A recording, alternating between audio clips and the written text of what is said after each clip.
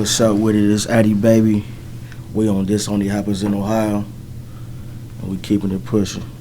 I drop a pigeon, let 9 go. We slap with the fake glass and white go. This only happens in Ohio. My name is Attie Baby, you know what I mean? I've been rapping probably since I was about 15, 16. Took it serious one day.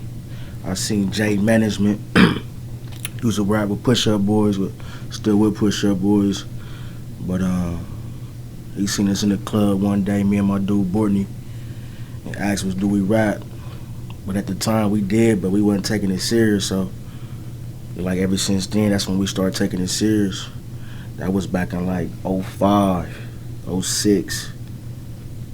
Oh, okay. In what city? Columbus, Ohio. Any particular area? Southside Columbus. All right. So you said you started rapping around 15, right? 15, 16. Like, what was the inspiration like before, up to that point? Was you always into music? Yeah, I always was into music, man. You know, I was inspired by music since I was younger. Like, listening to all the older guys like Dr. Dre, Snoop Dogg's, and all that era, came from that era. So since then, it like way put an inspiration on me. Oh, okay. And then, like you said, you ran into J Management, right? Yeah, I ran into J Management like 05, and then it's like ever since then, like music started coming my way. Like we met up with Squad Up. They used to rap with Lil Wayne back day. My dude Bortney, his brother, he used to manage them back day when they left Lil Wayne and them back day. And you know, just being around them and knowing they been around great artists at the time, like that was another inspiration in life. That was like 06, 07. Oh, okay. So how did that even come about? Like, how did y'all, like, was Jay bringing them around? Yeah, nah, Jay wasn't bringing them around. This was with something with Bortney's brother when they had the Me Mug. Okay. When the Young and Money, it was basically Money Youngin. You know, they came, you know, Lil Wayne shit was Young Money, but they started Money Youngin. But they always was, everybody, OG Lynn and them, everybody was with Me Mug back then, you know what I'm saying? So it go all the way back then, since then. So, you know, inspirations from that, like Me Mug, like for instance, like, you know, they brought Lil Wayne down to the block on Livingston Ave before, shot videos, and, you know, they had Juvenile on Carpenter and Whittier before. So, like I said, I always been around it, and it always been an inspiration to me. So, you know, I'm still here. I'm still in it. All right. So, like, since the time you started, like, since you bit down, like, what's been some of the obstacles that you have faced, like, on your journey to get to where you're trying to go? I mean, like going to prison for real. Like, that was one of the obstacles I had to face. Doing 3 years in prison, having to get short on my time from rapping and doing what I had to do. It like way cut into my young youth age, because I went in at 26, came home damn near 30. So, you know, I think that, you know what I mean, not taking it serious enough at the time when I should have been, you know what I mean. I like way regret that. Oh, okay. So is that now why you going as hard as you're going? Yeah, that's why I'm going hard as I'm going now. Like, I'm just trying to put it all in to what I got going on, as far as like how I used to take the street serious. I'm just trying to take this rap shit serious, like how I was when I was a youth, when I was young, when I had more inspiration, I had more drive. But now I'm getting my drive back, and I'm ready to get back to how I used to have things. You know what I'm saying? I'm just trying to pick up from where I left off. Okay. So with that time from being in prison, what opened your eyes the most within that time you was in there?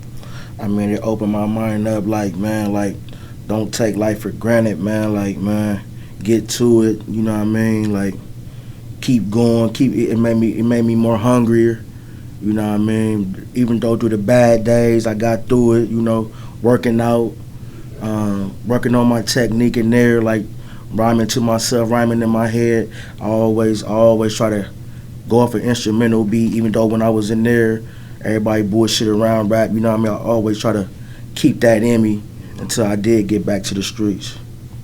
All right. So do you see any, like, what would be the biggest transition from like you said back in your youth days when you was really active out there and doing music as well, but now more focused on the music. Is there like a transition that you had to, that you had to go through to get to where you at now as far as musically?